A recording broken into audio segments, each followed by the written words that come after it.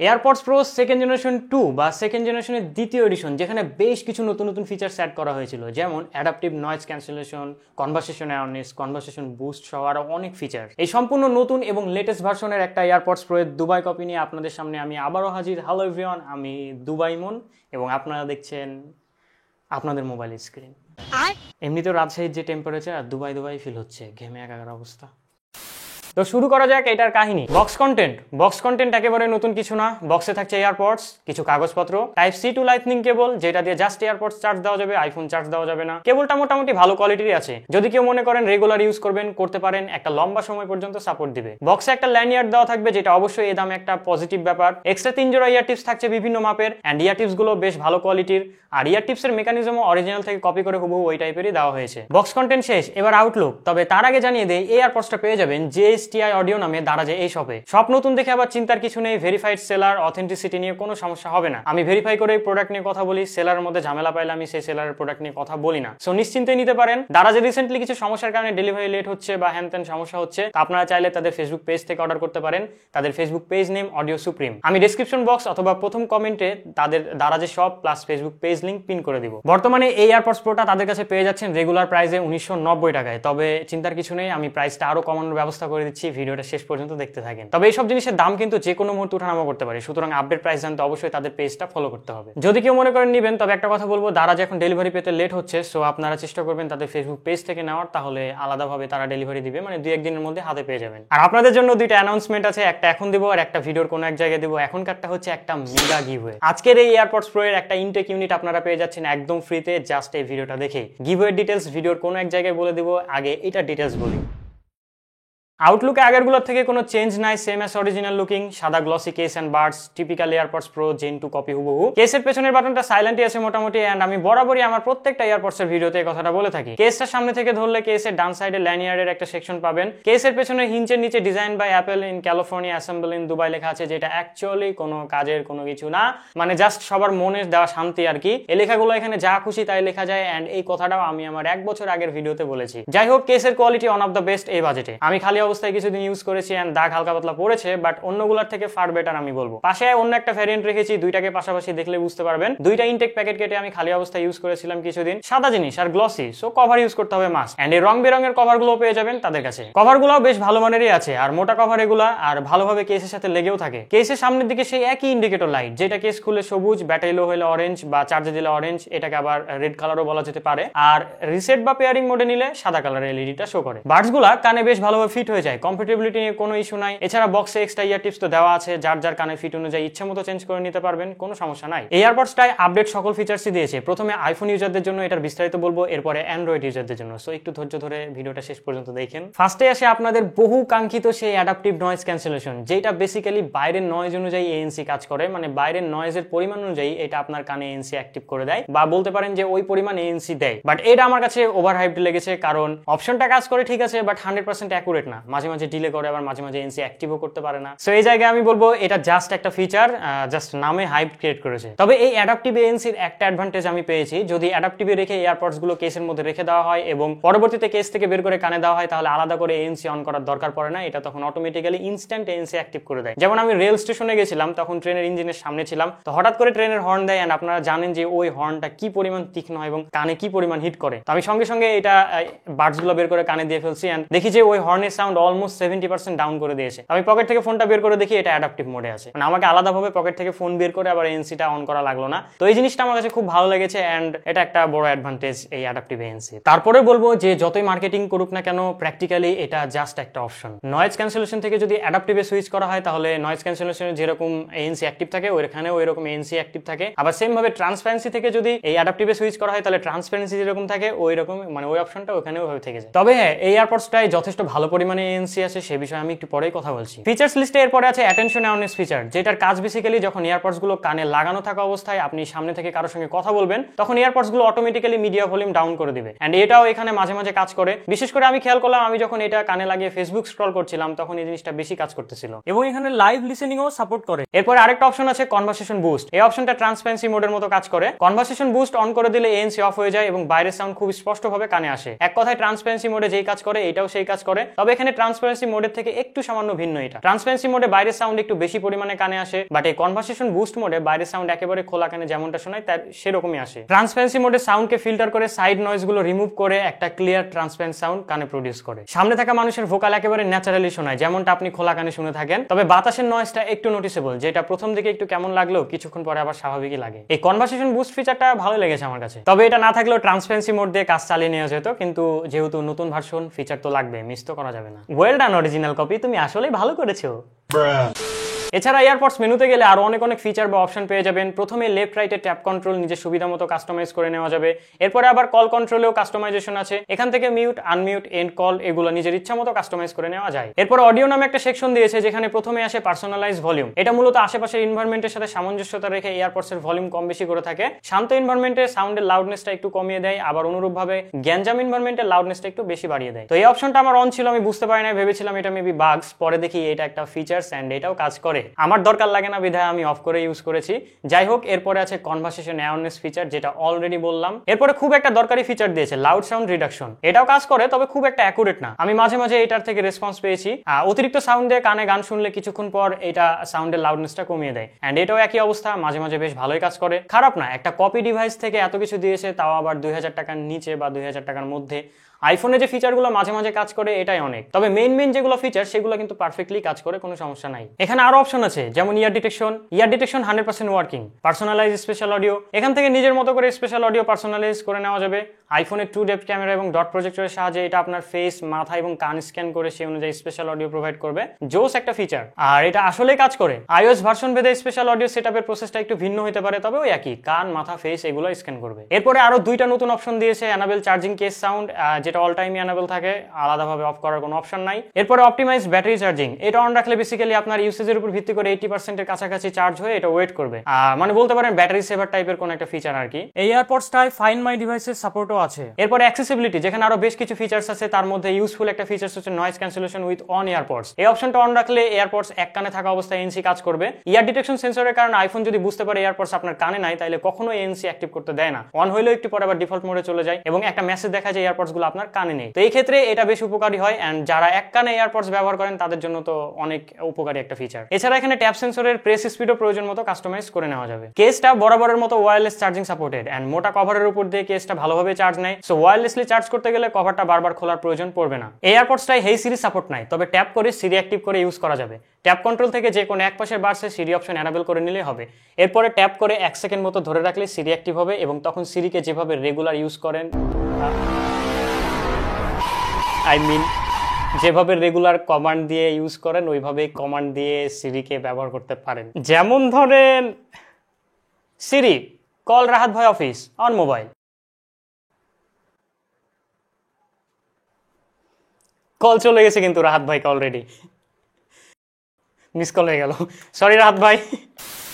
আরো একটা ভালো লাগার মতো ফিচার আছে এই এয়ারপডসটায়। আইফোনে যে কোনো কল এলে তা এয়ারপডসটাই অ্যানাউন্স করে, এবং কোনো চাইনিজ আংচুং পাংচুং ভয়েসে না, খুব সফট এবং ক্লিয়ার আমেরিকান অ্যাকসেন্টে অ্যানাউন্স করে, প্লাস উল্লেখ করে দেয় কলটা কোথা থেকে এসেছে। যেমন ধরেন মেসেঞ্জার থেকে কল আসলে এটা বলে ইনকামিং কল ফ্রম মেসেঞ্জার, এবং এরপরে যে কল দিয়েছে তার নামটা উল্লেখ করে। সেম ভাবে হোয়াটসঅ্যাপ, ইমো বা টেলিগ্রাম বা যেখান থেকে হোক না কেন এটা অ্যানাউন্স করে, প্লাস ফোনের কলও অ্যানাউন্স করে। ফোনের ক্ষেত্রে নাম্বার সেভ না থাকলে পুরো নাম্বারটা অ্যানাউন্স করে, যেমন ধরেন +880169। যাই হোক, এই ফিচার্স গুলো নিয়ে আর কথা বাড়াচ্ছি না, অনেক বড় হয়ে গেছে ভিডিওটা, নেক্সটে মুভ করি। এই এয়ারপডসটাই পপ আপ আসা অরিজিনালের মতোই, এটা আলাদাভাবে বলার কিছু নেই, তবে পপ আপে দেখানো ব্যাটারি ইনফরমেশন গুলো নিয়ে কেউ বিচলিত হবেন না, কারণ এই ইনফরমেশন গুলো 100% অ্যাকুরেট না, আর এটার কারণ iOS আপডেট। ওল্ড ভার্সনের iOS এ এই ডাটার উপরে বিশ্বাস করতে পারেন, বাট iOS 17 এর উপর থেকে আমার কাছে একটু উইয়ার্ড লাগছে। কেসের ব্যাটারি দেখায় 8%, অথচ কেসে গ্রিন লাইট, যেখানে 20% নামলে কেসের রেড লাইট হওয়ার কথা। ধরতে পারেন ব্যাটারি সম্পর্কে একটা আনুমানিক আইডিয়া পাবেন। কানেকশন সিস্টেম অরিজিনালের মতোই, কেস খুললে নট ইওর এয়ারপডস দেখাবে, এরপরে কানেক্টে ক্লিক করলে পেছনের বাটনটা প্রেস করে ধরে রাখতে বলবে, এবং তখন এটা পেয়ারিং মোডে চলে যাবে। সেম ভাবে রিসেট দেওয়ার পদ্ধতিও একই, বাডস গুলো কেসের মধ্যে রেখে ঢাকনা খুলে পেছনের বাটনটা 1 মিনিট মতো প্রেস করে ধরে রাখলে এয়ারপডসটা রিসেট হয়ে যাবে। অ্যান্ড্রয়েডের জন্য মেন ফিচার্স গুলো সব ইউজ করতে পারবেন, জাস্ট কন্ট্রোলটাই ফোন থেকে পারবেন না। অ্যান্ড্রয়েডে বাডস এর ব্যাটারি পার্সেন্টেজ দেখা যায়, আর ANC ট্রান্সপারেন্সি মোড গুলো ট্যাপ সেন্সরে ট্যাপ করে সুইচ করতে হয়। অ্যান্ড্রয়েডে কানেক্ট করার পর ব্লুটুথ মেনু থেকে অডিও কোডেক AAC সিলেক্ট করে নিলে অডিও কোয়ালিটিটা আরেকটু ভালো পাওয়া যায় SBC এর তুলনায়। এছাড়া অ্যান্ড্রয়েডে সাউন্ড কোয়ালিটি বা পারফরমেন্স নিয়ে কোনো টেনশন করতে হবে না, এটা একই পারফর্ম করে, নির্দ্বিধায় অ্যান্ড্রয়েডে মাখন চালানো যাবে। এবারে সাউন্ড কোয়ালিটি নিয়ে বেশি পেঁচাবো না, একেবারে অল্পের ভিতরে শেষ করবো কারণ এটার ফিচার সেকশনে অনেক টাইম চলে গেছে। বরাবরের মতো এটা সাউন্ড বেশ balanced and energetic, natural warm signature type sound, vocal natural টোনে আছে, বেশ loud and clear vocal. Bass সেকশনে এটা ধূপধাপ, হেভি বেস না, পরিমাণ মতো বেস দেওয়া হয়েছে, সাউন্ডের সাথে সামঞ্জস্যতা রেখে বেসটা দিয়েছে। বেসটা হালকা স্ট্রং এর দিকে চলে যাবে, মানে বেসটা ঘুম টাইপের না, বেশ পাঞ্চি একটা বেস, কোনো এক্সট্রা বেস বুস্টেড বেস নাই, যা আছে ন্যাচারালি। মিড বেস এবং সাব বেসের একটা ভালো কম্বিনেশন খেয়াল করেছি, এটাই, কোনোটাই অতিরিক্ত না আর কি। বেসের মিউজিক গুলো শুনতে বেশ ভালো লাগে, এক্সট্রিম বেস লাভাররা বাদে যারা মোটামুটি ক্লিয়ার বেস লাভার আছেন তাদের কাছে এটা বেশ ভালো লাগবে। তবে নর্মালি যারা রেগুলার ইউজার আছেন তাদের কাছে তো কোনো কথাই নাই, ভালো লাগবে। ট্রেবল সেকশনটা ওপেন, মিউজিকে যতটুকু আছে তার এক বিন্দুও বেশি দেয় না। ভিসেপ সাউন্ড লাভাররা এখানে একটু ট্রেবলটা মিস করতে পারেন, তবে আমি বলবো ঠিকই আছে। প্রথমেই বলেছি এটা সাউন্ড ব্যালেন্স, আলাদাভাবে ওইরকম ভাবে বলার কিছু নাই, সবকিছুই এতে ব্যালেন্স করে দেওয়া হয়েছে। আর এটা যেহেতু কোনো স্পেসিফিক সাউন্ড লাভারদের টার্গেট করে বানানো হয় নাই, ইউনিভার্সাল সাউন্ড ইউজার, সো এমন ভাবে সাউন্ডটাকে টিউনিং করছে যে কারোই ভালো লাগবে। আমি টেস্ট টাইমে র্যান্ডম কিছু মানুষদের কানে দিছিলাম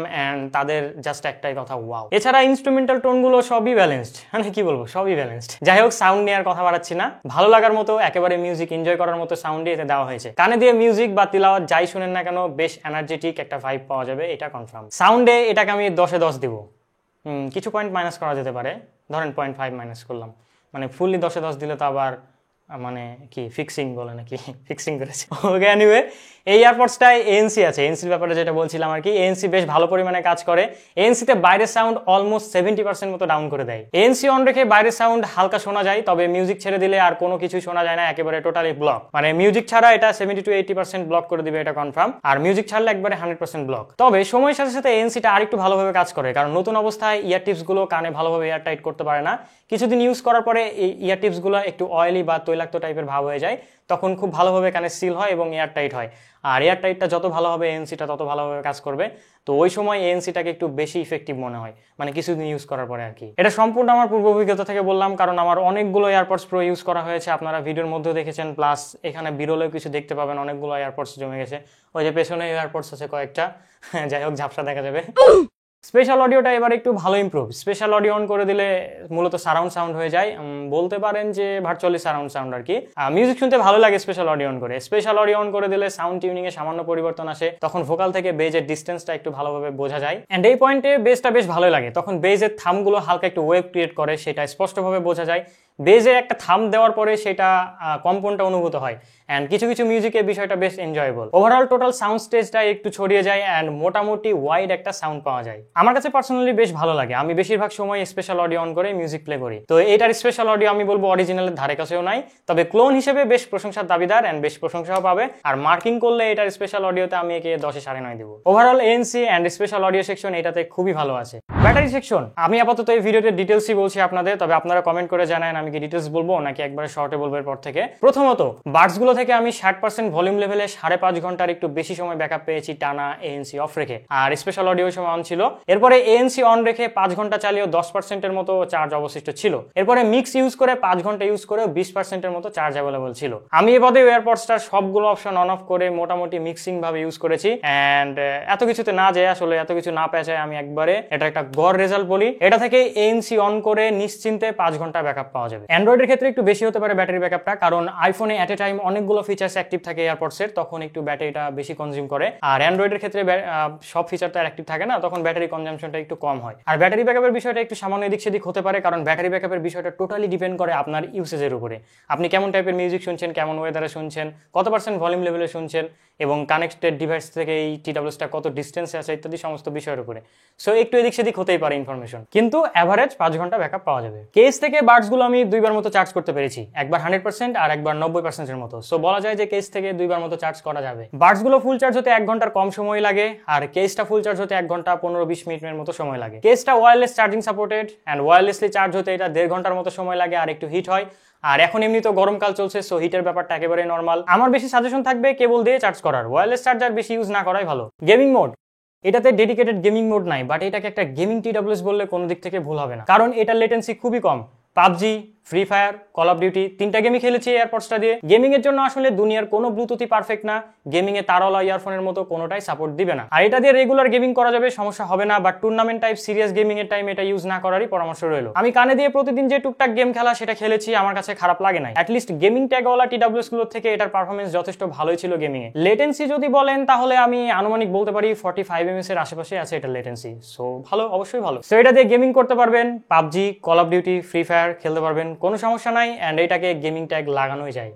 মাইক্রোফোন কোয়ালিটি নিয়ে বলতে গেলে এসব এয়ারপডসে আসলে একই টাইপের মাইক্রোফোন সবগুলোতে ইউজ করা হয়, তবে এটার কোয়ালিটি প্রিভিয়াস গুলোর থেকে একটু সামান্য ভালো লেগেছে আমার কাছে। ইনডোরে যে কোনো মোডে কথা বলা যায়, আউটডোরে গেলে নয়েজ ক্যাচ করে, তখন হয় জোরে জোরে চিল্লায় কথা বলা লাগবে, আর নাইলে একটা বাডস খুলে মুখের কাছে নিয়ে কথা বলা লাগে। তবে এবারে একটা ভালো ব্যাপার আছে, আউটডোরে কথা বলতে গেলে ANC অফ করে কথা বললে বাইরের নয়েজটা একটু কম ক্যাচ করে এবং অপর পাশে একটু ক্লিয়ার কথা শোনা যায়। তো এখন মাইক্রোফোনের ভয়েসটা আপনারা নিজেকারাই শুনে নেন। তো এই মুহূর্তে যে ভয়েসটা শুনতে পাচ্ছেন এটা এয়ারপডস কানে লাগানো অবস্থায় আমি রেকর্ড করছি, এন্ড দেখতে পাচ্ছেন এয়ারপডস গুলো কিন্তু আমার কানে আছে।